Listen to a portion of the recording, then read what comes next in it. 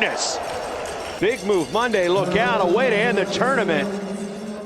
So what's happening, people? Welcome back to the Quad Pod, sponsored by Poseidon Strength and Adidas Wrestling. Make sure you're using those discount codes. We've gotten some really good reports, so we know you guys are using them. As always, it's great to be joined by Robbie, Austin, and Kevin. I'm Holmes, and we appreciate you guys listening to episode 44 or the Lewis Hamilton episode, because we're going to go fast and we're going to do a lot of winning. I know there was a request for John Riggins. We will go John Riggins as well, but this is Lewis Hamilton tonight, mostly because he's fucking awesome. Let's be honest.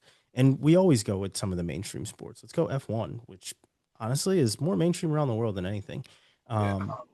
We're coming to you a day late, mostly because I was away on vacation. Was in Disney, having a little bit of fun and enjoying the nice weather there, as the nice weather here in Texas kind of shit all over everybody. So we left and went to Florida and had some fun. And then now we're back, and you guys are still freezing on the East Coast. So I'm sorry, just a little bit. But we've got some really good stuff to get to. I'm actually glad that we weren't able to record on Monday like before, because we've got some news that came out today that we will be able to dig into, some other topics. Shout out to everybody that commented on the last show. We had a lot of really good insight, a lot of really good conversation. Some people wanted to go full Penn State homer, but there were also others that gave some really good perspective on things, made me, as well as the other guys, kind of rethink some of the things that we've been talking about with certain wrestlers and how they've been performing. So we'll get to that. We'll talk Iowa, talk about some bad refereeing. We'll talk Nebraska, Ohio State, and we will talk about 133 and what's going on there, as well as some other conference highlights. But before we get to anything, we always weigh in first. And for my weigh in, it's going to be more of a somber one. And it is about Drew Perano passing away. So Drew was an awesome guy. I had a chance to meet him when he was still at Northwestern, opened the doors to myself and some of the other Flow guys. We did a trip there a couple of times, actually, and got a chance to meet him when he was coaching there. Talked to him, I want to say, around the holidays. He's actually the person that put together our at least my interview with Enoch for IMG. So I was working on getting Drew on the show to discuss the things that he was doing behind the scenes when it came to IMG and what his job was and what he had done since leaving coaching, because it went pretty silent for him for a little while. So like I said, we had talked maybe a month and a half ago about him getting on the show here in the new year. So very sad to hear about that. Prayers go out to his family and everybody that knew him and was able to either work with him or just, meet him at some point. So a somber way in, but thoughts and prayers go out to Drew's family. Austin, I kick it over to you.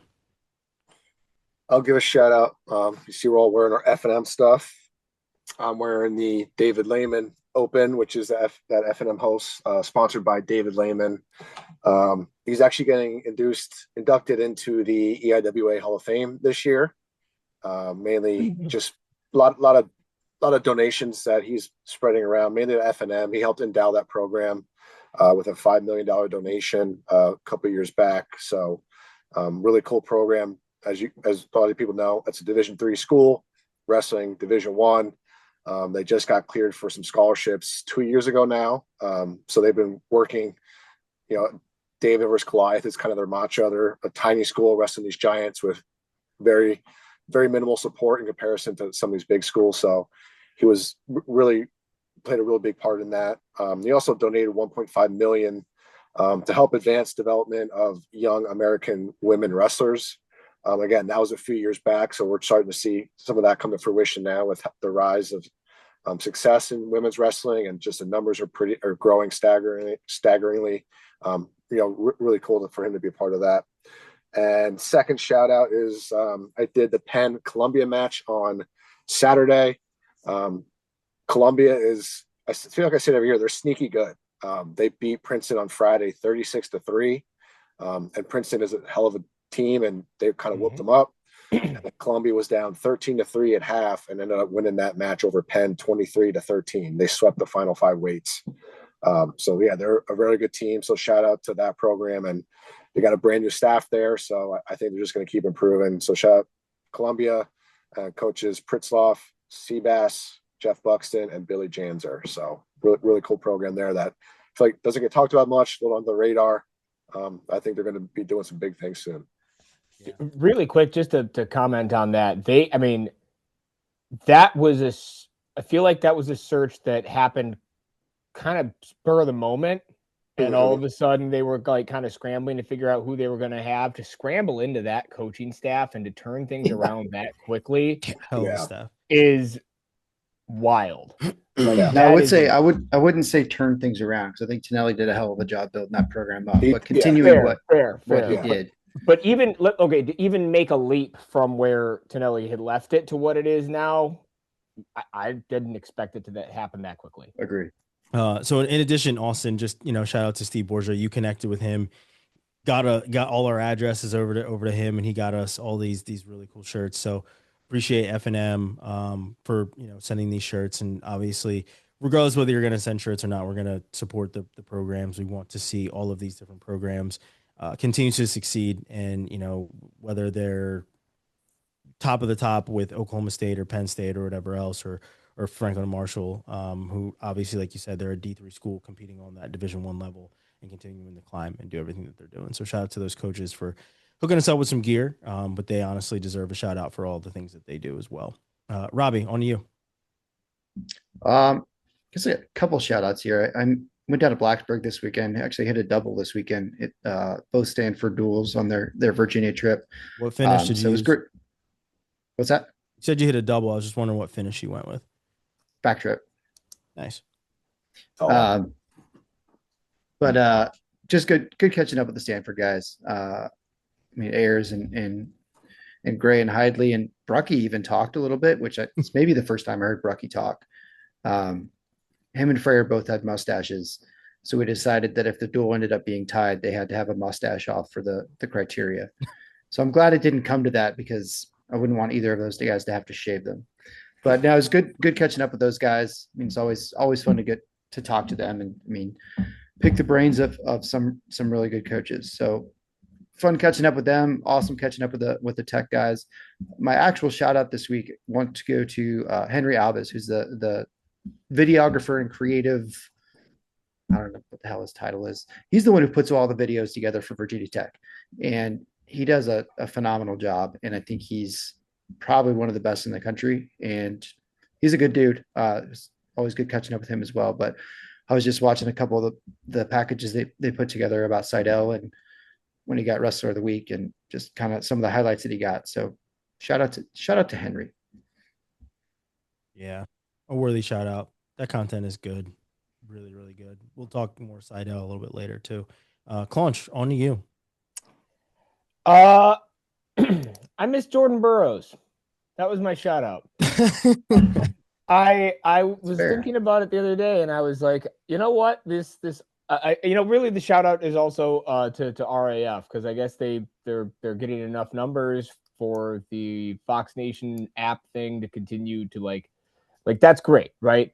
Ultimately, it wouldn't succeed without people downloading, watching, subscribing, all of the different things, and evidently there's enough to keep that going, and that's fantastic.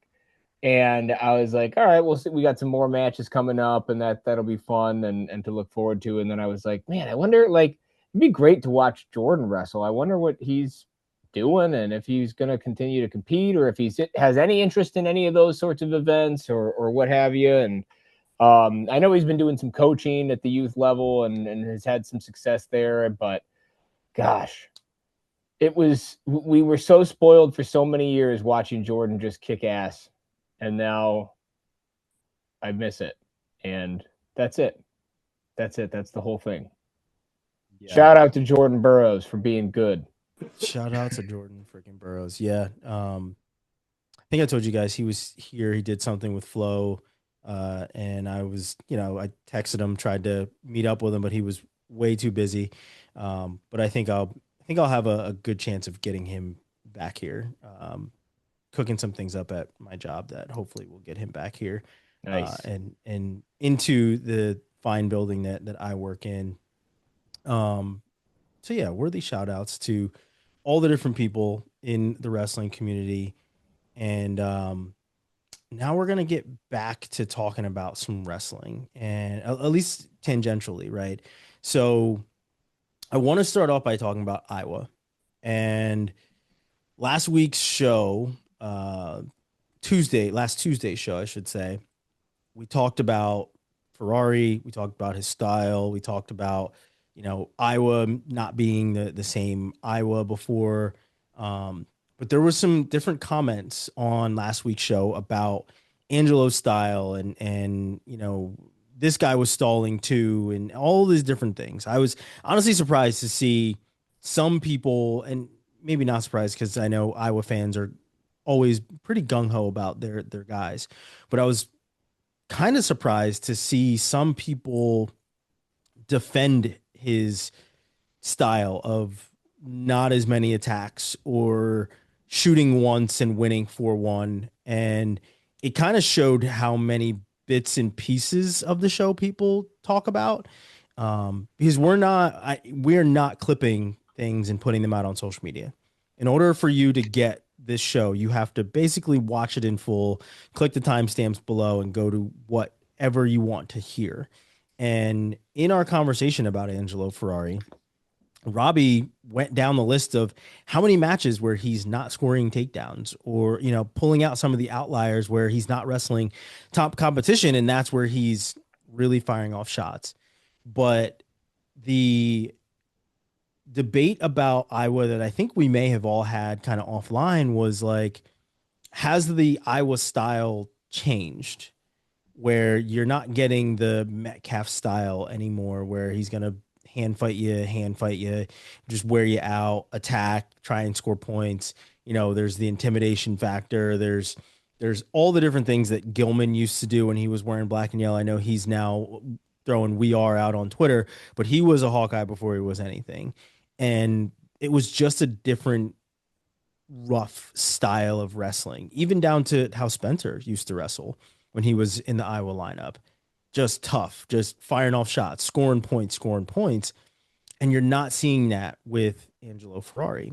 And just seeing how people can shift so much over time was very surprising for me. I think, like I said, we were offline. We were talking about the style of Iowa has certainly changed, where it went from that Metcalf style, or even that Spencer style of scoring points or hand fighting hard or tiring a guy out or whatever it was, to what it is now, where Angelo Ferrari is now being looked at as somebody who is not going to attack till the later parts of the match. And Kevin, I think it was you that said you had a conversation about Iowa with, some of your friends, and you wanted to kind of share that. So why don't I let you dig in? Yeah, it's not so much on the Ferrari piece, but I will comment on that real fast. And as far as the Iowa style goes, I don't know if it's necessarily their style that's changed or the rest of wrestling style that's changed.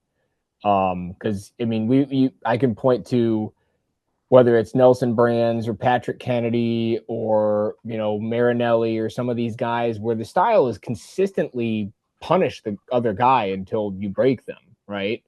Even a Kemmerer to some extent, right? I think, and I would need to think about this a little bit longer and harder to figure it out, but maybe with like a Spencer, he came in with enough college ready offense where he was comfortable kind of using that hand fighting and that style and kind of, adapting those attacks in with it. And quite frankly, Spencer has a great on his feet offense, but he was racking up points with turns, right? So I think that's maybe another differentiating point from him versus, some of the other guys. But anyway, I feel like just in general, that college wrestling has gotten so much funkier and so much different, and other guys are finishing from different positions, and really just stylistically, a lot of people have figured out ways to weather the storm.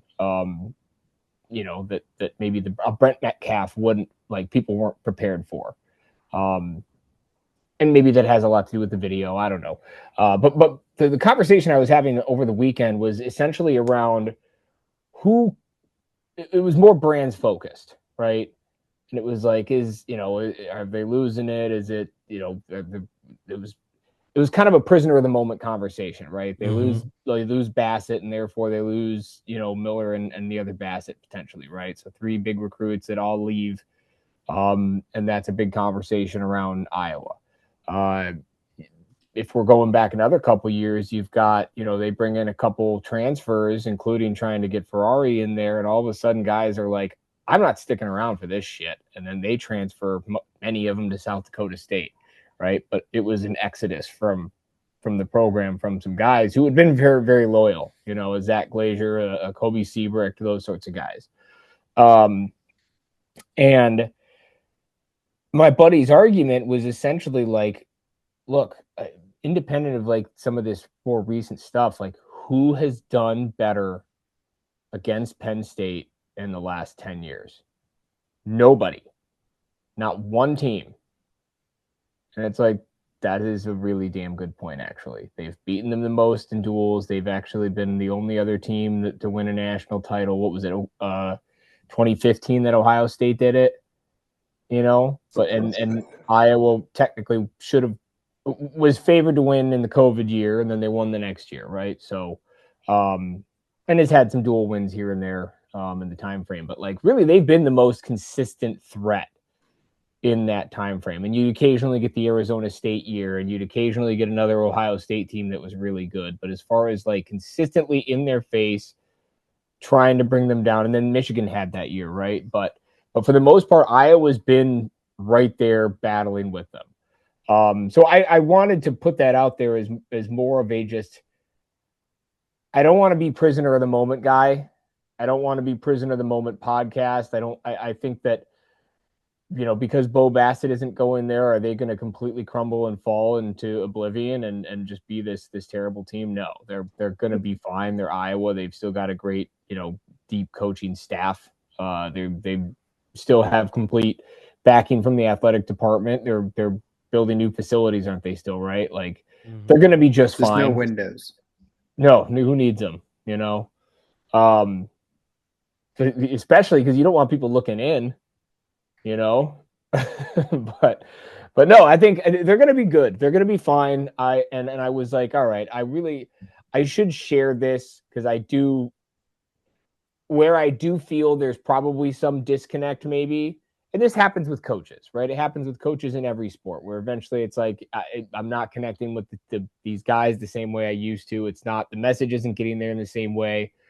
But I think that we're not giving brands and company maybe enough credit to being able to adapt. 20 years at the program is a long time, and they've had a lot of success over those 20 years, met multiple national titles, and again, technically 2 within the last 6 years.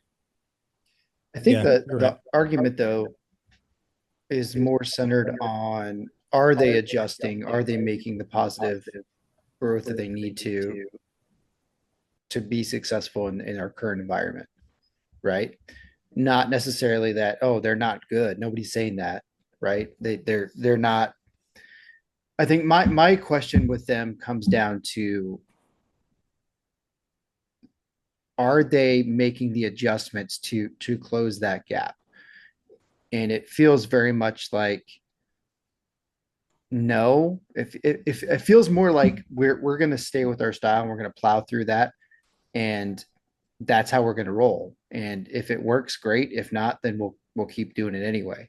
And when we're seeing such a crazy jump in success from Penn State and the separation that they've made, teams are going to have to adapt and change to be able to catch up with them and at some point knock them off. And I don't know that we're seeing that adjustment from Iowa. I agree with the prisoner of the moment thing.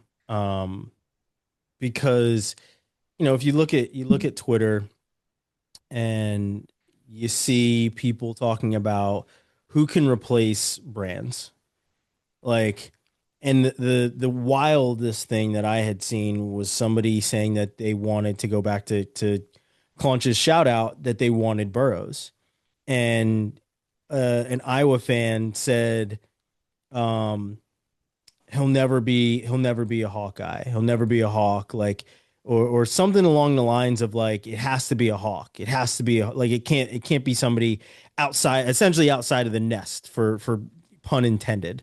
Right. Like, I think if that's the closed-minded thinking you're going to have when it comes to whoever brand successor is, whenever that happens, then you're really not out to succeed, because you're closing yourself off to the rest of the wrestling community, and success isn't what is on your mind. It's just who's the next ex Hawk to come in that should run this team, right? Because, and if you honestly think about it, they've been the only Hawks in the last however long to have the head coaching job, because Gable went to Iowa State. He sure did.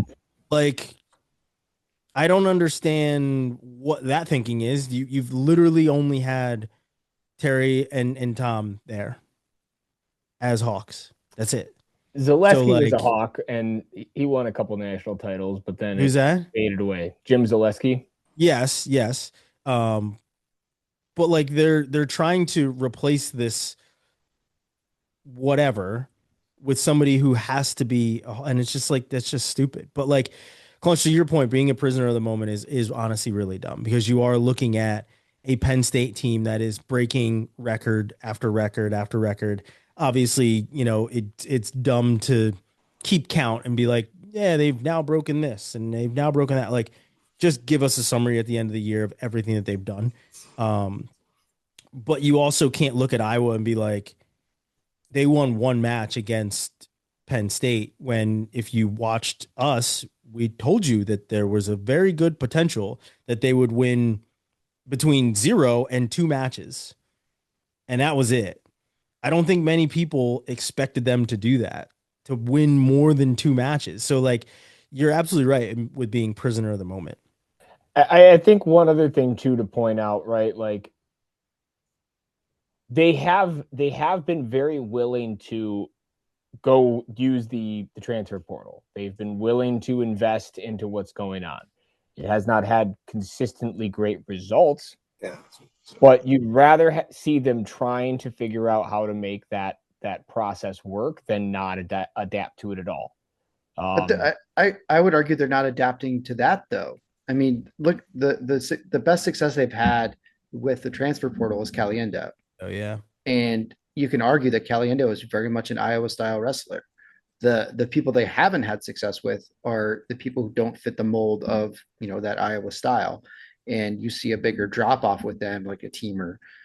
I mean, Bailey's kind of fitting into the Iowa style a little bit more, but you know, the guys who are outside of that grinding style that they've come in as transfers haven't been successful.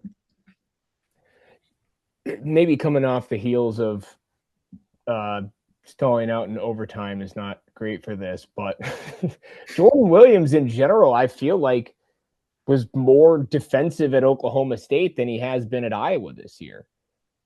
We've seen him really like try to throw people, get big attacks, get takedowns, like open matches up pretty regularly. So, I mean, I don't know. I think it's going to be hit or miss. It's going to be hit or miss as it is with a lot of different schools with the transfers. The best Jordan Williams was Little Rock Jordan Williams. Sorry, but that's true. He was very good. He was very good. Yeah, and like, to piggyback off what you guys were saying, the closed-mindedness of the fans. I mean, look at their staff too. Everyone on staff wrestled for Iowa. So, you know, like, what other program out there has everyone from the same program coaching at that program? You know, there's no outside influence. When's the last time Hawkeye Wrestling Club signed someone that wasn't an Iowa wrestler? You know, maybe Count Buchanan is that, but he spent a year at Iowa, right? So, you know, there's no other outside factors, outside influences to approach something differently. That's what makes David Taylor successful. He has all these different people in there. He brought Kevin Ward in. He brought Pearsall in specifically for recruiting. You know, you go down a list of all these successful programs. They all have a background in somewhere else, something else. It seems like it's the same staleness. I don't want to say staleness. It's the same Iowa over and over again. You know, you need an outside influence. Like a Burroughs would be a great hire for them. A Kyle Dake, just someone else that can maybe fit the Iowa mold a little bit, but also bring that new style of wrestling in there, because like what you guys were saying, this Iowa style just isn't the same. It maybe, and like Claunch said, maybe the sport is different now, right? So maybe that's not the way to go. You know, you look at Penn State, Oklahoma State, it's very, very fluid. It's not as robotic. There's different ways to go about it. But yeah, I tend to agree. Get another person in there that spent time somewhere else just to kind of help contribute to this and bring some nuance to this. And instead of straight Iowa, I think you need to branch out a little bit. Yeah, I agree. And, not trying to beat them down, right? It's more so of you're seeing a lot of these top teams transition into this new era where you do have, Penn State continues dominance, but I feel like they continue to evolve with what they're doing all the time. Now they have stagnant. cookies. And they've got Kale's cookies. So that's evolution in and of itself. But like Ohio State, you're seeing these young guys like Ben DeVino come into the lineup and then be led by Jesse Mendez. You're seeing Jesse Mendez level up on his offense. Just within the year, they just wrestled Nebraska. He went from a one takedown match against Brock Hardy earlier this year to majoring him right now. Right. So like you're seeing these guys jump levels. Whereas you look at Iowa, and Drake Ayala is now back at 500, right? He was 4-5, I believe, going into this past week. So like he's your multiple-time NCAA finalist, and he's not having a very good year. So it's like, what is happening? Where's the development to get these guys over the hump and to the next level, right? So, and again, not trying to beat these guys down at all, because they did just bounce back and win against a very good Nebraska team. We did see Nebraska absolutely look horrible at the beginning of the year at national duels when they got beat up by so many of these teams. And now it's 22-14, very tough battles. Nasir Bailey, I think, is coming on as of late. It was 1-0 with him and Brock Hardy. So like you are seeing an Iowa team that is doing very well, right? Like even the Jordan Williams losing in overtime to a returning NCAA champion. Now, It didn't look right. It didn't look very good with how he lost. And we can dig into whether we agree or disagree with how that was called a little bit later.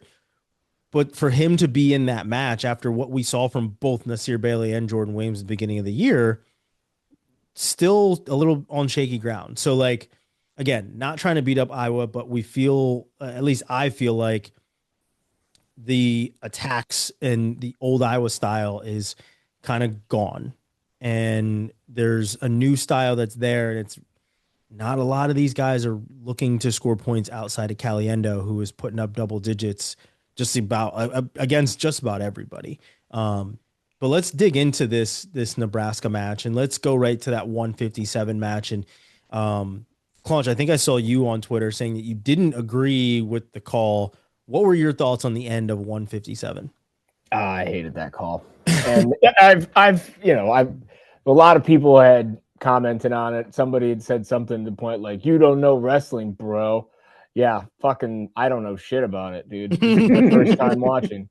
I just felt like there was enough action in that sequence near the edge of the mat where both guys were manipulating the edge to whatever what favored their position, right? It was upper body, it was moving around, it was changing their hips, it was changing styles, changing where they were going to go. I thought Jordan Williams was going to get the takedown on the edge of the mat at one point.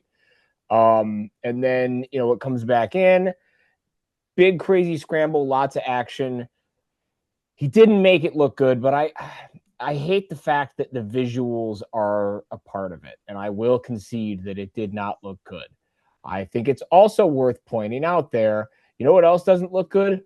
Straight arming somebody in the face and running them out of bounds with it, which is also, I had, people on saying, hey, here's what the rule book says. And it's like, sweet. What do they say about straight arming someone in the face and running them out of bounds? Do they say that's an attack? Do they say that that's stalling, right? Like, pretty sure it's the second one more often than the first one, right? And I just feel like there's it's the same thing I've said before. There's so much subjectivity in so many of these calls.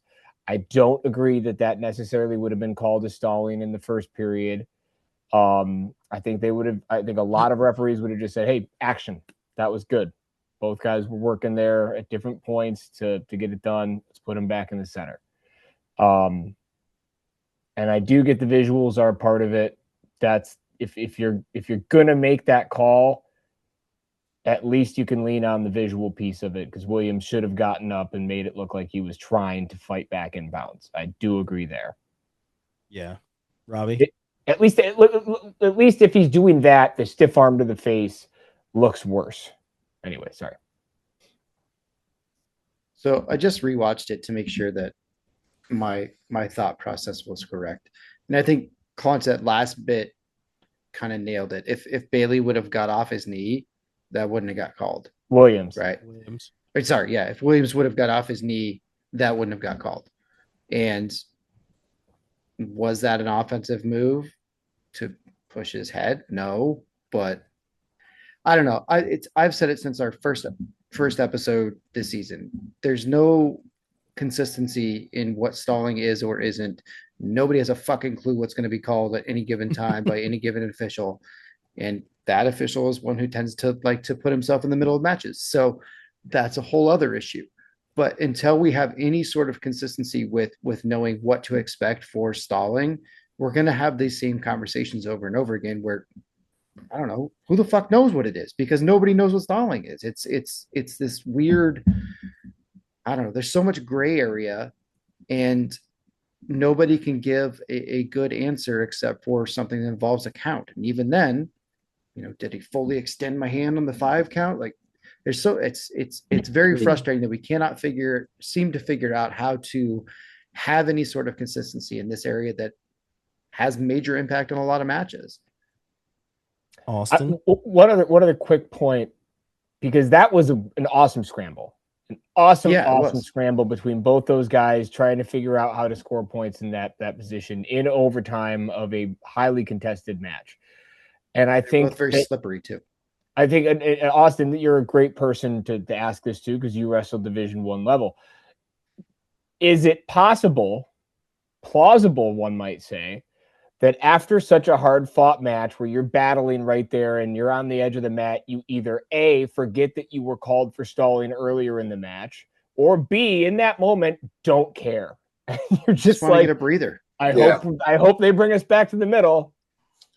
Yeah, I mean, thankfully I wrestled before the stall warning bullcrap, the change, the rule change happened. So I probably got dinged a lot more in my day for that.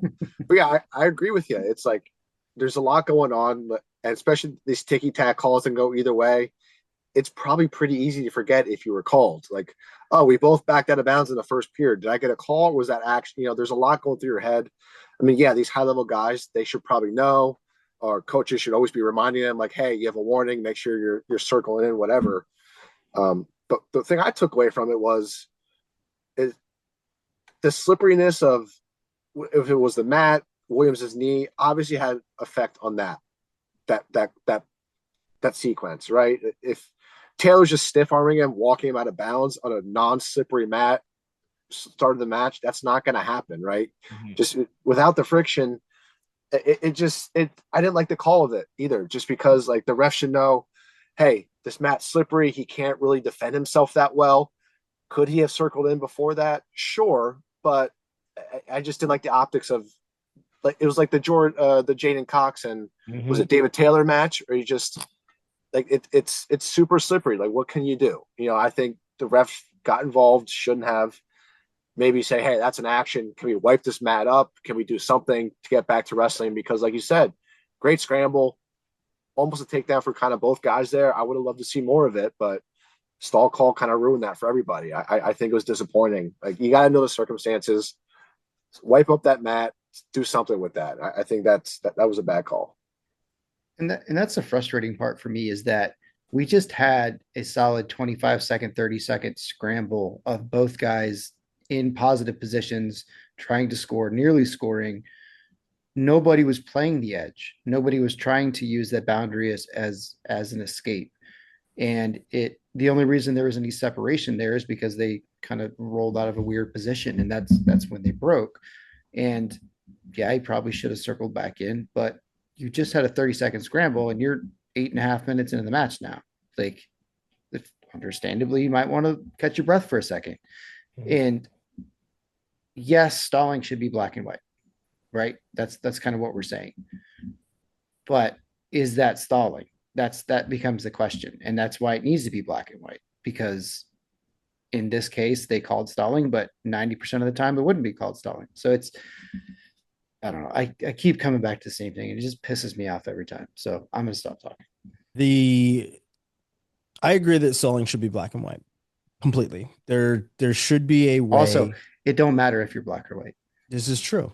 There should be a way that stalling should be able to be called regularly with conviction and not a second thought, right? But it is such a subjective call these days that it's just like, was it or wasn't it? For me, what I agreed with the call. I didn't like the timing. I didn't like that it decided the match.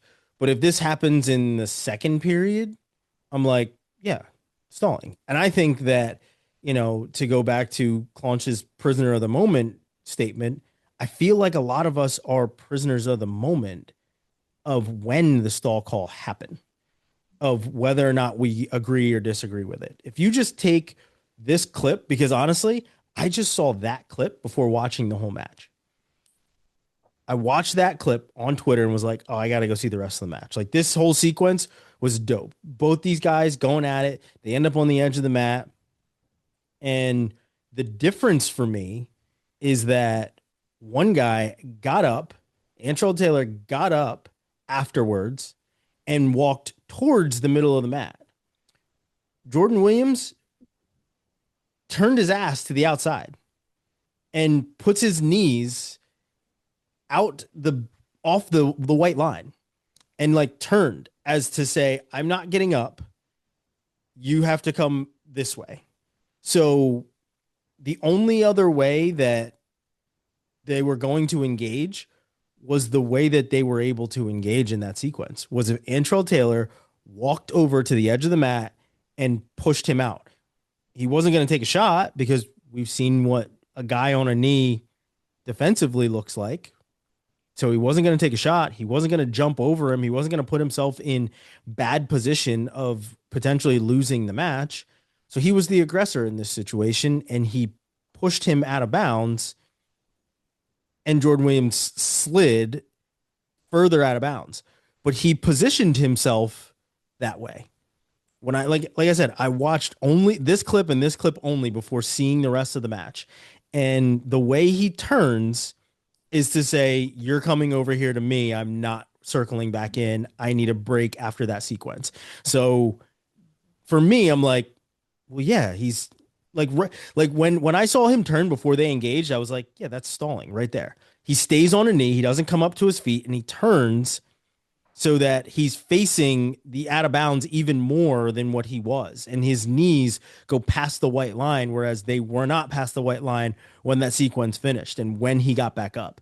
So for me, I was like, yeah, I think that was the right call in that in the moment of just looking at that portion of the match in a vacuum. Like, well, yeah, that's stalling.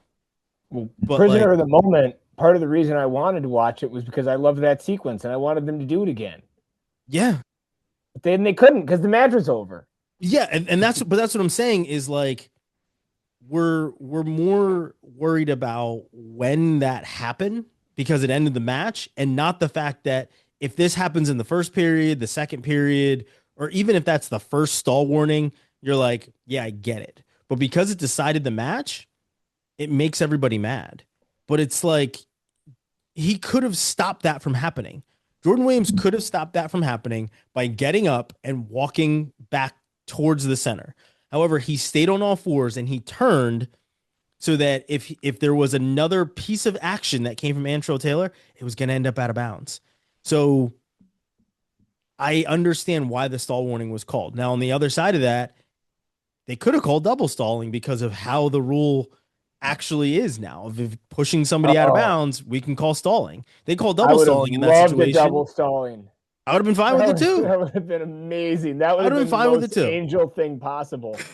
I would have been completely fine with it too, because that the rules that we have are kind of black and white in that sense, where pushing somebody out deems a stall warning and not circling back in Gallagher. He's done both. Deems a stall warning.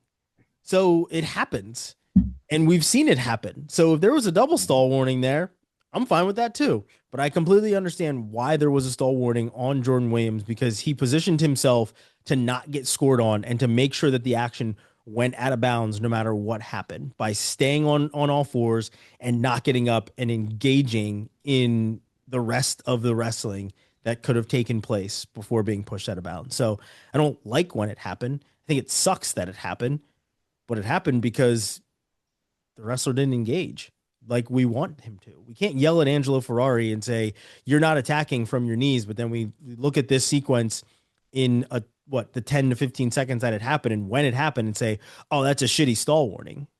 I don't think so. I agree. It was double stalling. Honestly, like, think about it. It could have been called as a double stalling with the way that we have seen stall warnings handed out over the course of the last couple of seasons. Mm-hmm. Now, if you think of this in the lens of an Ohio State fan, how pissed are they going to be? Because it went against them both directions, whether he was pushed out of bounds or whether he didn't circle back in. So what's the right answer then? Saying. Yeah. So what's the right answer? Like, and that's where my issue with it lies, is that we don't call this consistently. And if it should be called, right? Like you said, this by the letter of the law, that's stalling, call it. But if it's not called consistently, match to match, period to period, then we're going to have this issue of nobody knowing what to expect, and you're going to have the backlash that we have right now, because there's not that, because we're not doing it right. We're not doing it the right way. To quote the great movie of Dodgeball, they're sweating like grease monkeys out there. So when they're sliding on the mat, I think you need to take, part of me just says, all right, I need to take this into consideration. Like, he can't defend himself in a normal, non-slippery mat, whatever. Pushing that hand, he's not going to back out of bounds like that. That's just kind of where I'm at too. It's like, I agree with Holmes. It's like, yeah, he could have done more to get up, Williams, but I don't know. I just seeing him slide like that, it didn't seem like a natural thing to me. So that's where I'm torn as well. So I don't know. He should have got up like cartoonishly and like slipped around like, maybe really sold it and then would have taken the call off. Like me shoveling today, slipping on ice everywhere. Yeah. I don't like when it was called. I don't like that it had to be called. And I love Jordan Williams. He's been one of my favorites since he was in high school, hitting super ducks on people. I'd hate it for him to lose a match that way, especially with two very dynamic wrestlers that you saw that sequence. And it's really shitty that it ended that way. We're probably going to get a chance to see it again. We got Big Tens, we got NCAAs, we've got plenty of time, but like, just very shitty that it had to end that way. But I see why the stall warning was called. At the same time, like with this? those two guys being that dynamic, it was 1-1 sudden victory. Like, I would love to see that series of attacks and those scrambles in the first period and open it up early, and maybe we see a completely different match. Yeah. What other matches stick out to you guys? In that duel? Yeah, in the duel. Iowa, Nebraska. Gabe Arnold coming in and knocking off Allred. That was big. Yeah. I thought up and down the we lineup. went into it. Go ahead. I say going into it, like looking at from the betting line perspective, knowing that Ferrari was gonna be out, like that puts some thought in your mind that they're probably not going to win that match. And then Arnold steps up and wins at another weight class and looked really good doing it. Yeah, I thought up and down the lineup, Iowa looked a lot better than they did in the past, especially against Penn State. It's obviously different to compare these two, but I thought they looked more, especially Drake Ayala putting up 12 points over a returning All-American. I think he looked good. Bailey, I think, was right in there with Hardy, almost had that takedown at the end. Some people may have awarded that. I don't think it was quite a takedown. Caliendo put up a bunch of points. I just think, I think Iowa just looked more offensive up and down lineup. Ryder block, I mean, even against Penn State, he came out firing. I think he did the same thing this weekend. I think he's the most offensive guy in that lineup right now. And doesn't have the highest ranking, obviously, but he's going out there. He's looking to score. So you got to respect that. And I think that's going to pay off come March. You know, some guys live and die by these close matches. It rarely works out for them in March. Guys are looking to score. I think that usually comes out on the better side of things. And he wrestled Chance. I've worn all the primary color singlets lamer. I really liked that joke in the group chat on Friday, so I had to share it here. Give him a chance. Well, that'd be the fourth school at least to give him another chance. Patrick Kennedy. Christopher Minto has been an absolute stud. He is a freak. Up at 174, has not dropped any sort of a beat. Like, he's looked really, really good. And Kennedy just hand fought him. And just, was it tiebreakers? Yeah, tiebreaker 1. Ended up winning it. So if we're going to talk about the Iowa style not working, Patrick Kennedy's figuring out ways to make it work. And he doesn't really have an offense outside of just headbutt, punch in the face, like all within the rules, you know. That's an Iowa guy for sure. Yeah, and like I don't mean that in like a bad way, honestly. Like he's a really impressive wrestler. He wears dudes out, and he's ready to go into the deepest of waters. So yeah, very impressed with him. And then we just talked about controversial calls in the Iowa match. I want to turn the page and head to the Ivy with Princeton. And if you haven't seen this clip, wow. But this is worst call of the year. Hands down, worst call of the year. Congratulations, you get this award. I don't know who the referee was. It doesn't really make a difference. This is bad. And the fact that there were 2 referees on the mat when it happened, and the other one didn't say, hey, that's stupid as fuck, don't do that, is insane. So Joe Dubuque posted the clip. I think I had seen it from one other person before Dubuque posted it. But I don't even really have too many words for it. It's just dumb. Like to celebrate and be excited and to drop your headgear in front of your coaches and for them to, I'm guessing, say that you threw your headgear because these new dumbass rules say you can't do anything with your equipment until you're off the mat, and is ridiculous. Just watching this clip and seeing it all unfold and seeing how the ref, I mean, talk about getting in the middle of something. You decided the whole duel by doing this. It is horrible. Austin, I'm going to come to you because you cover Princeton. What were your thoughts when you saw this? And have you talked to Dubuque? I haven't talked to Dubuque. Obviously, I was away. I would shoot him a text, but like, any thoughts on this Princeton rider finish? Yeah, well, I know he was a little fired up on Twitter. They had that. They had that Mark Dubuque fired up. Never.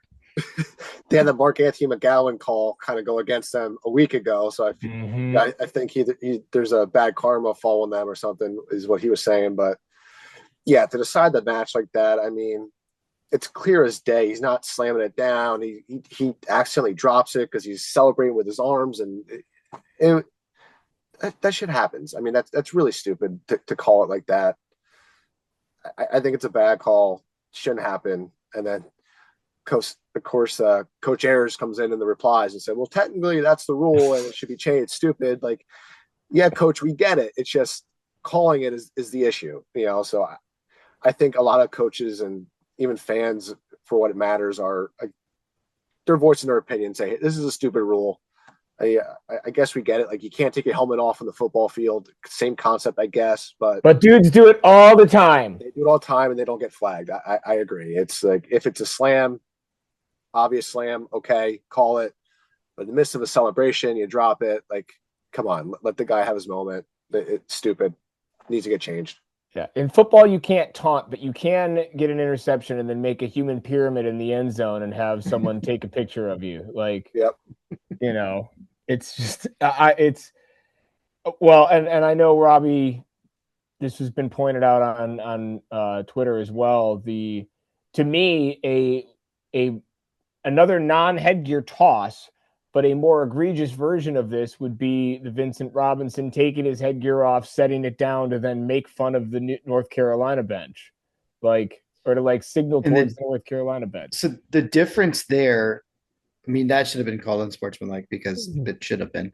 The fact that it wasn't with the headgear, that's a concern to me. And I don't care. I mean, they were in a position that point wouldn't have hurt him either way. But also, I mean, team points being taken away is a fucking stupid system anyway. My understanding with that is because the way the rule is written is that they have to have their headgear on while they're on the mat. After their hand is raised, as long as they don't throw or spike their headgear, it's not a penalty. So if he set his headgear down after his hand was raised, then he's fine. Like, the fucking intricacies of this rule are ridiculous. Mm-hmm. We shouldn't even be wearing headgear anyway, or at least make it optional. But that's a whole other conversation. And there was a match earlier this year. I think I was calling it.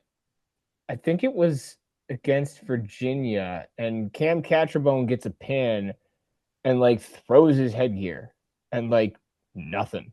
And he knew immediately. He should not have done that. And there was one that came up that Pirate posted about. It was, I think, Nash Singleton from Oregon State.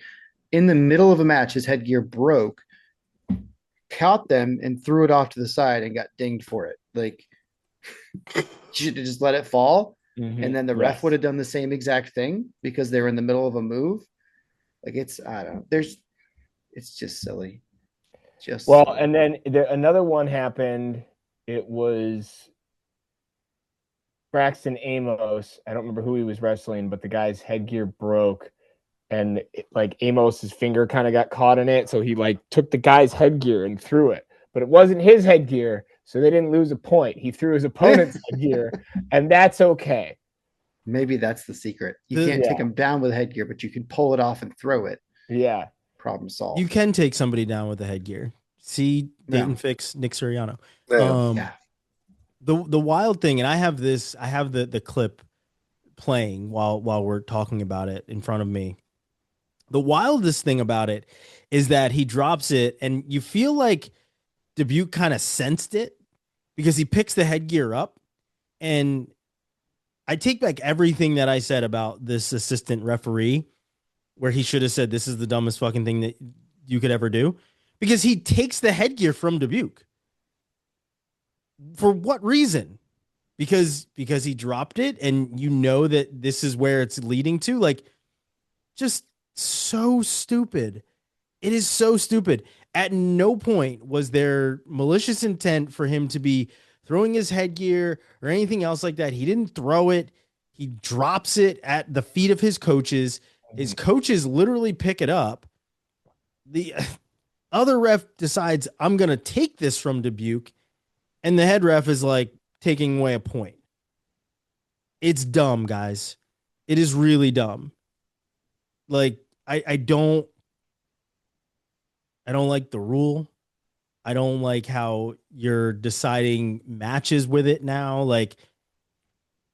This goes into even more of the non-celebration rules, the unwritten non-celebration rules in wrestling, where people get all pissed off if you celebrate. There was nothing bad about this, yet you decided to add something bad to something and take away from his moment. Nobody's there to watch the refs. We honestly should go away from every duel saying that was a great duel. Saying that was a great duel. That's the only thing that we should be talking about, is how good the duel is, not how stupid your fucking calls are. If we're doing that, then there's something wrong. You made yourself part of this entire thing. So this is, first episode that we did talked about of the season, talked about refereeing and how they're inconsistent. I know that there's going to be people in the comments. This is the rule. This is how the rule is. The rule's stupid. We said the rule was stupid from the get-go. And now seeing it applied and how it's been applied this year, if they don't change it next year or get rid of headgear altogether, I don't know what you're doing. I have no idea. If they get rid of headgear and people find one to throw, then sure, like take a point away. That seems like too much. But no, this is dumb. It's dumb. And it's not called consistently. Nothing is.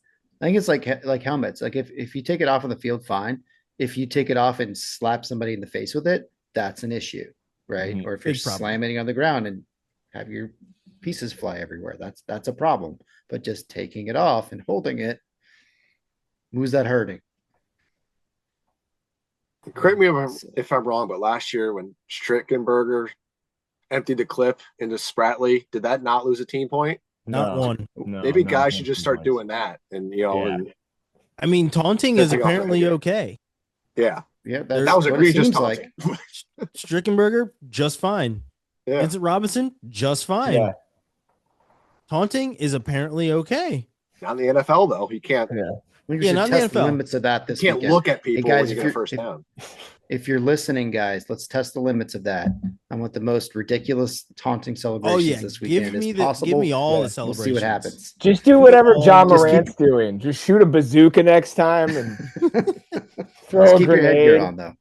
Yeah. I need. If someone takes their headgear off, pretends it's a grenade and throws it. Oh, I love it. I don't care if you lose the duel for your team. That would be amazing. I love it. I need guys going and watching old Chad Red tape. And no, I don't want to see Super Ducks and cement mixers at NCAAs on Dean Heil. I want to see his dance at Who's Number One when he beat Luke Pletcher. I want to see all of it. I want to see the dancing. I don't care about any of the moves. It's not Chad Red tape at all. I want to see when he jumped in the stands, when he won his fourth high school title, when he beat Nick Lee. All those things. Give me those. And we'll be satisfied. No key points will be taken away. We've already solidified that. I feel like not everyone's as good a dancer as Chad Red. Don't have to be. Boy. Don't even need to be. You don't have to worry about team points. So I was going to say Adidas shoe giveaway to best celebration. Yeah. Shoe giveaway to the best celebration. We'll hook it up. Oh man. So let's dig into 133, and there's three guys that have really been taking the headlines. And as of today, Crookham back into the headlines. We were celebrating how just a couple of weeks ago that he was back, and now he's out again. Sidell, just an absolute monster in his debut. And then I'm going to bring Jax Forest back into things as well, because there was a comment on last week's show that made me kind of rethink how, I guess we were maybe celebrating what he was doing, or not to say that he shouldn't be celebrated. Not saying that, but maybe we pumped the brakes on the hype train for Jax just a little bit, and we'll explain why here in a second. But let's first get to the Crookham of all of it. And Austin, I'm going to come to you. We talked about how Crookham was back in the lineup. You had gotten the news that he was going to be back. Won't say from who, unless you would like to, but you got the news that he was going to be back, and now he's out again. And you also had flagged that he had injury defaulted in a match as well. So what do we make of this news? He's out again, going to be out for the rest of the season here once again, but what do we make of it? Yeah, I saw he medical forfeited, so I was talking to some people that actually at the Open. They said, no, I think this is serious. He had a lot of injury time. He was in a lot of pain. They thought it was like a knee or an ankle. Turns out it was a knee. So yeah, he just announced today he's getting season-ending surgery. Torn ACL would be my assumption, one of those CLs in his knee that he probably tore. But it's a bummer. It came back, wrestled 4 great matches. enters the Bloomsburg Open, and then I think he wins 2, and then gets hurt in that second match, has to medically forfeit out. And yeah, it's a bummer because that weight is one of the most exciting weight classes we've had in a while. I'm looking at the rankings here, and Drake Ayala, returning national finalist, is number 9.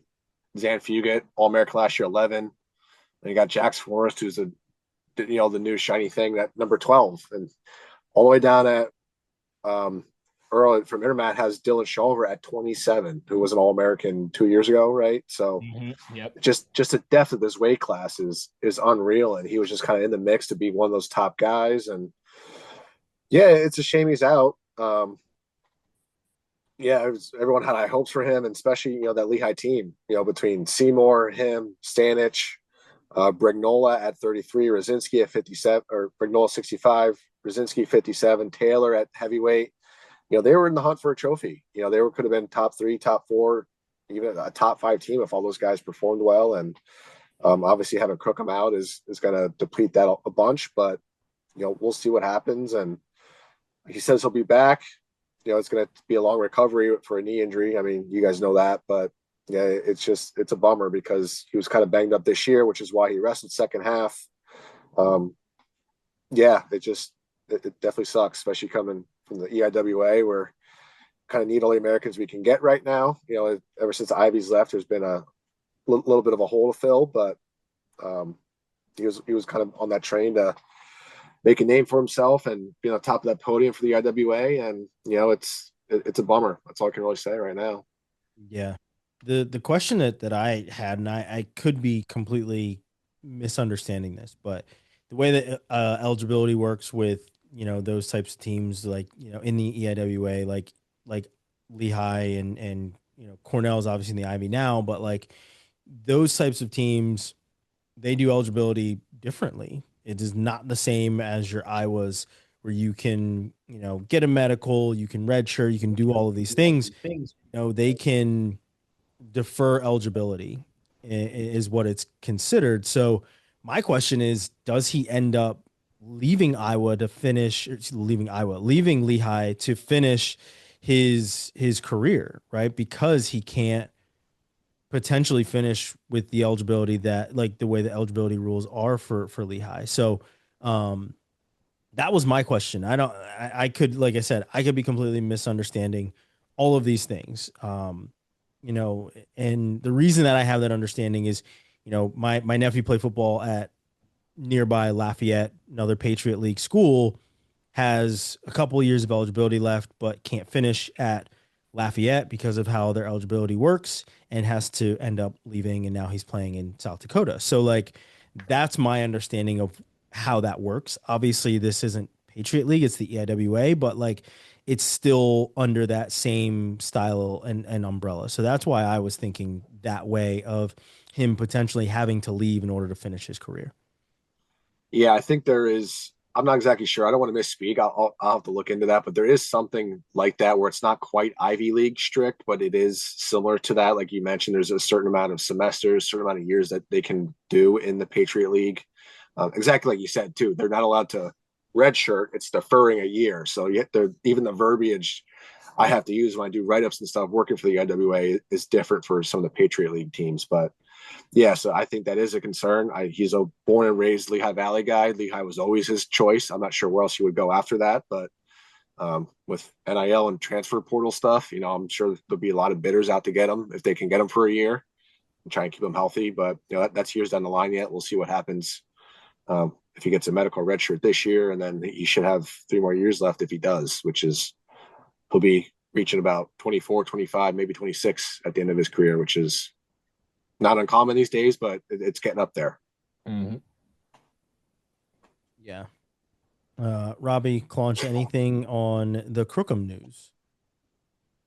It sucks. Just a bummer. I'd love to see him healthy. He's great when he's healthy, and would add even more depth to an already crazy weight class. So it sucks to see him going out like this. And when injuries stack up like this, it's always concerning for the long-term picture. And if it's going to be, in his continued interest to keep coming back and going after it, mean, I don't know his health situation personally, but I know he's faced a lot of injuries in the last couple of years. So it's always tough to see when you have situations like that.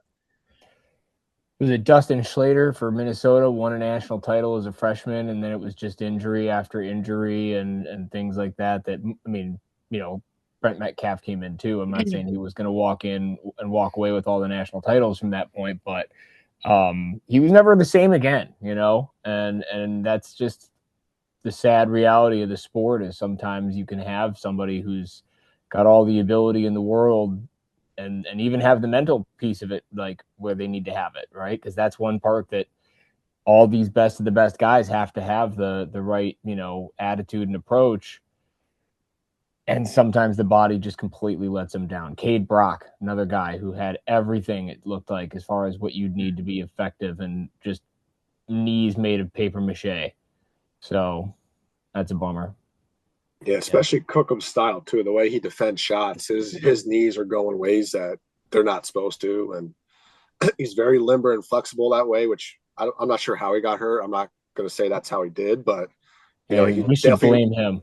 Definitely he definitely won't be able to sprawl and react and defend shots like that moving forward on that knee if it is a knee surgery. So yeah, definitely got to switch up his style a little bit too in moving forward as well. And Robbie, you brought up the depth of the weight class, and we had a new challenger step in the ACC in Sidell. And we've obviously talked about how he's just been crushing people as of late. He's a fucking monster. Yeah. What does this do for that Virginia Tech lineup? I think it gives a boost in bonus points. I don't take anything away from Dylan Campbell. He had a hell of a season. Was ranked in the top 10 and was doing really well before his season-ending injury. So it was positive momentum going into the year because they weren't expecting necessarily that great of results out of him. They knew he was good, but top 10 All-American status wasn't necessarily on the horizon. But when you have a guy step in who is just murdering everybody he wrestles, and this was the first match he actually went 7 minutes all year. Just 11-0 overall, 9-0 against D1 competition.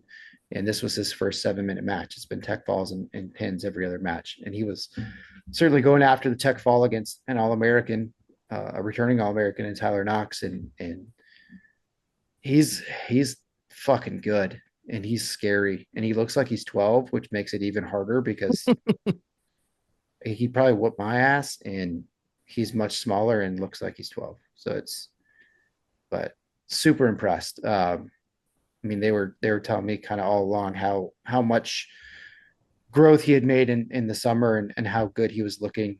He was injured to start the year, so he didn't get the starting now to start the year. And certainly they were trying to keep the red shirt intact because DC was having such a great year, but opportunity knocks, and he's certainly taken it. Yeah, definitely seeing how much of a good problem Virginia Tech is going to have with all of the guys that they now have at their disposal in the next couple of years. And, it's funny. I saw people on Twitter talking about how, the other guy we mentioned in this 133 shuffle here is Jax Forest. And people were like, Sidell doesn't get enough credit because he didn't go on some vision quest or whatever else. And I'm paraphrasing what they said on Twitter, but it was just like, he bumped up to take on Jax Forest. He may have lost, but like, people don't give him credit for putting that on the line and seeking out the best competition.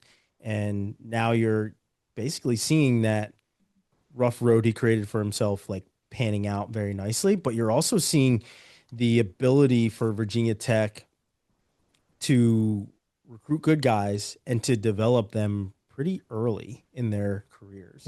He's still a true freshman and he's looking phenomenal right now, and people are giving him the nod on potentially making the podium with how he looks right now, right? So it is very interesting to see how he is coming into this lineup, and first week, and he's already getting Wrestler of the Week honors, and they're putting out highlights. He's a guy that they're already ready to hang their hat on for the most part. in this weight class. So it's pretty phenomenal to see what Virginia Tech has going on with Sidell and as well as the rest of the team that has really been very tough. And we'll talk obviously more about them with their big duel coming up this week as well. Any other thoughts on Sidell? I watched that match. I was just really impressed with the way he handled Knox. Just the way Knox wrestles, he kind of invites chaos to some of these matches. He likes to scramble and not afraid to maybe go to his back to give up 2 if he's going to get 5 in return, going, reversal to the other guy's back. And just Sidell just wouldn't allow it. He was really impressive, and just the opportunity he had for his dual meet debut. And, you don't really get a tougher opponent than Tyler Knox, really. And he made every statement he could with that. It was just super impressive. And you think back like Mark Hall's debuts at Carver Hawkeye, where he lost, who was it, Meyer? Is that who it was? Yeah, like Alex Meyer. Meyer, yeah. Nothing against him, but like definitely not on a Knox level. And look how good Mark Hall ended up being. So some of these debuts, I don't know if it's nerves, anxiety. Some of these great wrestlers, it happens, but not to Sidell. He was just locked in, and yeah, it was really. I was really impressed with him. Yeah. So the Jax Forest of it all here at 133, he has been impressive. You can't say that he has not been impressive. But one of the commenters last week, and I'm paraphrasing because I don't have it up in front of me, talked about how we should, I guess, chill with the hype train a little bit. And I think in one area, yes, we should chill. In the others, we should not.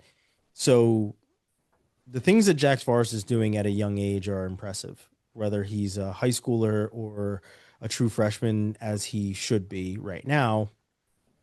He has been impressive. He's been wrestling some of the best guys in the world. I mean, made world teams upon world teams. We saw what he did against Gilman for the Olympic trial, like all the things. Jax Forest is impressive. So hype train on what he is doing on the mat, certainly very impressive. The other part is how we've been hyping up his reclassification.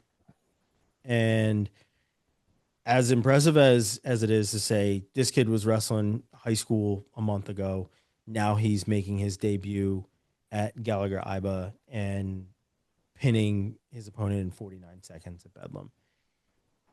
The commenter made a really good kind of argument in saying that he probably should be in college already as it is, and how him and Bo were both obviously held back. So like, I think it is honestly impressive, very impressive with how he has been competing. But I do think that the hype train on the reclassification is probably something that we can probably pump the brakes on. Robbie, your thoughts on that comment and that argument?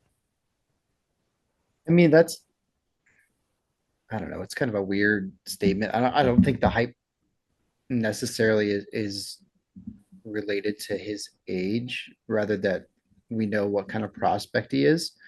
We got a world-class guy, and now we are adding to a very deep weight class. And my whole thing with him coming out mid-year has always just kind of been that it's an awkward transition, and it's weird to see.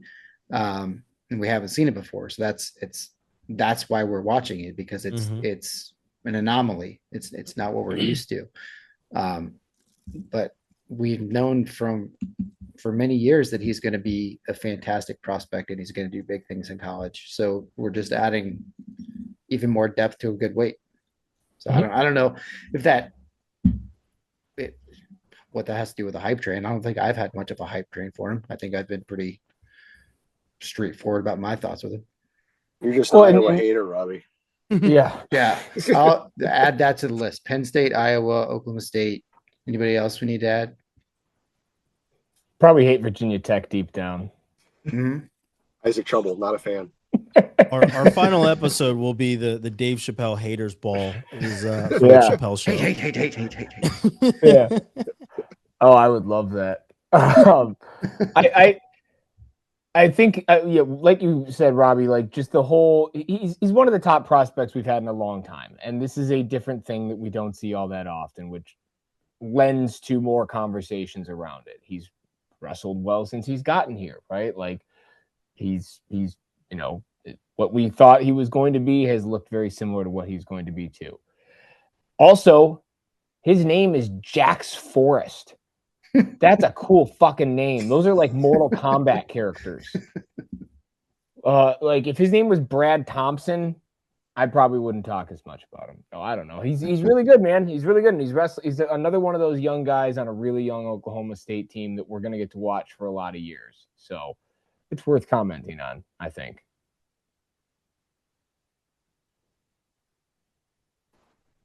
Yeah, I mean, yeah, I agree. I don't see the hype in him reclassifying. He wasn't, a district regional champ and got fifth at states last year. He was a world team member. He didn't reclassify and all of a sudden make a jump, like come out of nowhere. We knew who he was.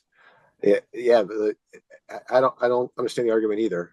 I get what he's saying, but yeah, he was a world team member. He beat a 2-time NCAA champ, world champion to make the freaking team. We know what he is. He's really good. He was ready to go, so he bumped up. I don't think it's a huge concern.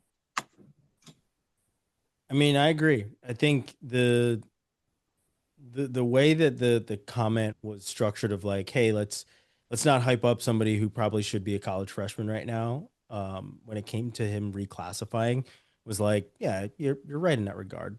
Well, he sounds like he agrees with you.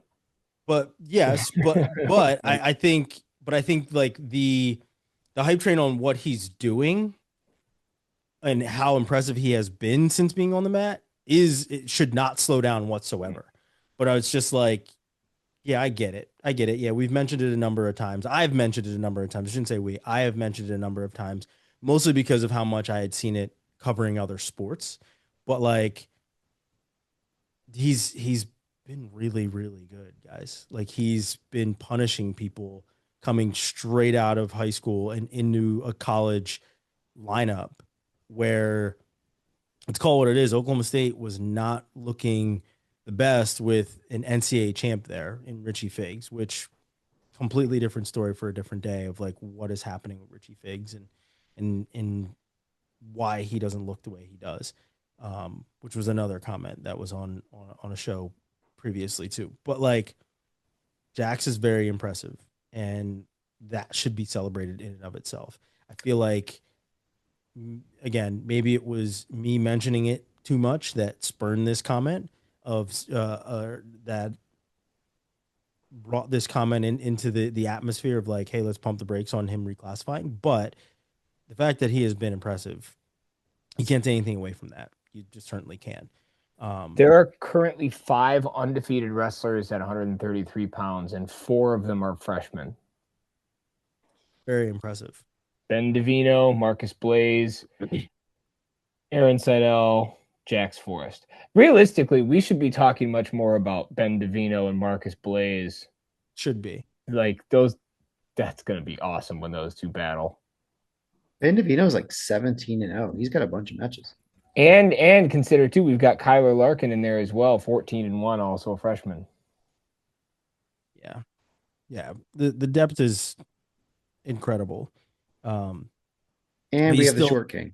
But you still got the short king sitting at the top. So they still got to go through the returning NCAA champion in order to get there. And until that happens, it's just a bunch of impressive youngsters battling it out, honestly.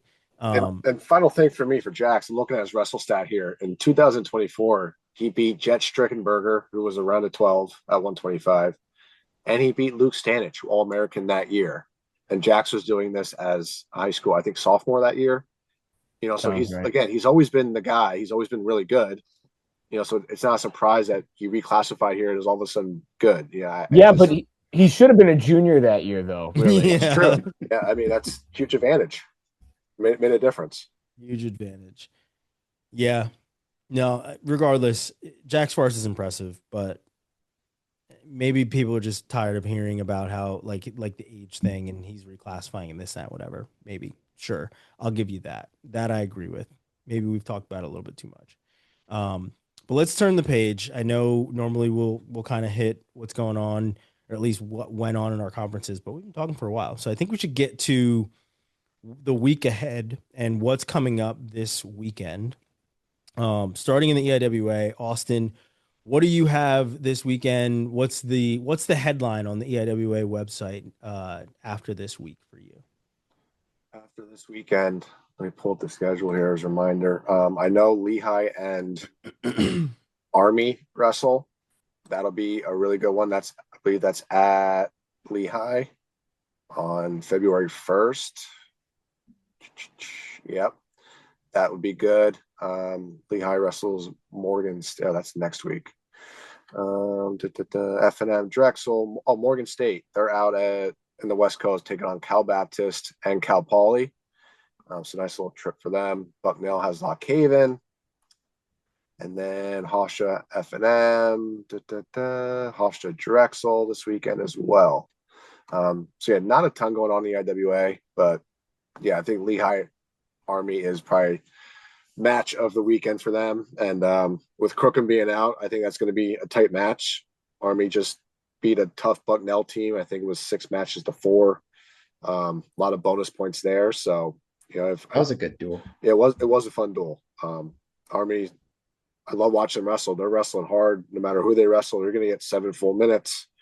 Yeah, Lehigh with Crookham being out, it'll be interesting. I think we'll see what happens there. But yeah, I'm definitely going to be watching that one for sure. Claunch, what's going on in the Big Ten? Sorry, hold on.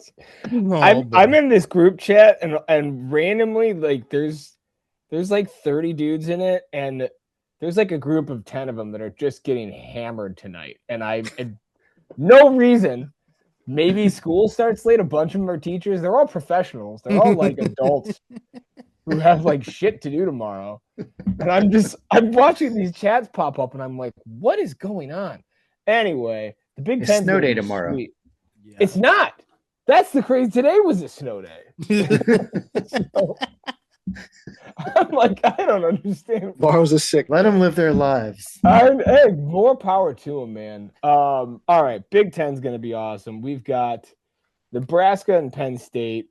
That's gonna be a sweet battle. Number 1, obviously, versus number 4. Taylor versus Duke at 157 is gonna be great. I wrote that down and I was like, oh, I miss Taylor versus Dake. Those were fun battles back in the day.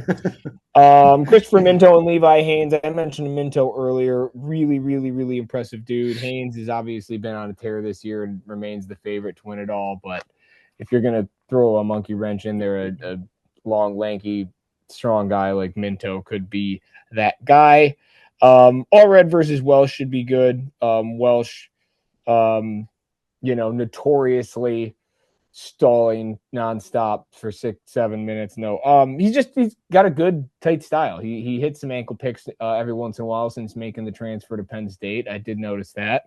And All Red, I mean, strong beast of a dude as well. So I mean that should be a fun, hard hitting battle between those guys. We've got what do I have here? Oh, Wisconsin and Ohio State. It should be brought up that Ohio State sent out like Vince Kilkeary against Minnesota and won that match. So it stands to reason that Jory Volk would be the 4th string 125-pounder at Ohio State. So yeah, you'll have Nicola Rivera against Kilkeary or Bazakis or McCrone, whoever they decide to throw out there. Feldman versus Amos should be fun. Fugit versus Davino should be fun. Then we'll go over to Minnesota as they take on, I think these are all Friday night duels too. Jory Volk versus Dean Peterson, Ben Keeter versus Hoy, Sparks versus Kennedy, Ryder Block versus Vance Von Bauer. I'm excited to see that one. McAnally against either Ferrari or Arnold or whatever they end up doing at 184 pounds. But that'll be a fun one. If they just listed Arnold as a probable, did I see that on Twitter? I think so. Did they? Yeah, I think that just came out like before we started recording here. I think. Which anyway would still be good anyway. Arnold's Arnold's legit. It would more than likely be more exciting, honestly. Yeah. So they do have Arnold as the probable. So that's exciting. And let's go. Oh, and then Sunday we've got Michigan, Ohio State, which will very much favor Ohio State as far as the duel goes. Nonetheless, there should be some fun matches with Gadali and Feldman. Bo Mantanona versus Harshla, Brock Mantanona versus Fishback, Lachlan McNeil versus Styles. Styles is 149, right? Yeah. And then Cam Catcherbone versus Cannon. Cannon clearly the favorite to win that match, but I wrote it down because I feel like Catcherbone is a young, like B+ version of Cannon. Both of those guys are really good on top, pin a lot of people. Very impressive wrestlers. And I like watching Cam Catcherbone wrestle. And then Mendez Ragusin. Assuming Ragusin is in for that duel, that'll be fun. But lots of exciting stuff going on this weekend in the Big Ten. Definitely looking forward to that. In the Big 12, it's basically the state of Iowa versus the state of Oklahoma this weekend. You've got Iowa State and Northern Iowa both making trips to Oklahoma. So on Friday, you've got Iowa State wrestling Oklahoma, and you've got Northern Iowa wrestling Oklahoma State. And then a day later, you've got Northern Iowa, 2 days later, I think is what it is. No, sorry. Yeah, a day later, you've got Northern Iowa wrestling Oklahoma, and then 2 days after that, you've got Iowa State wrestling Oklahoma State. So and all of those are in Oklahoma. So they're just switching from Norman to Stillwater. Those are the two that I will be paying attention the most to. I'm getting surgery on Friday on my hand, so I'll be watching a ton of wrestling, not really leaving the couch all weekend. So that will have my attention. And then the other one that I'm looking forward to is the Northern Colorado and North Dakota State match.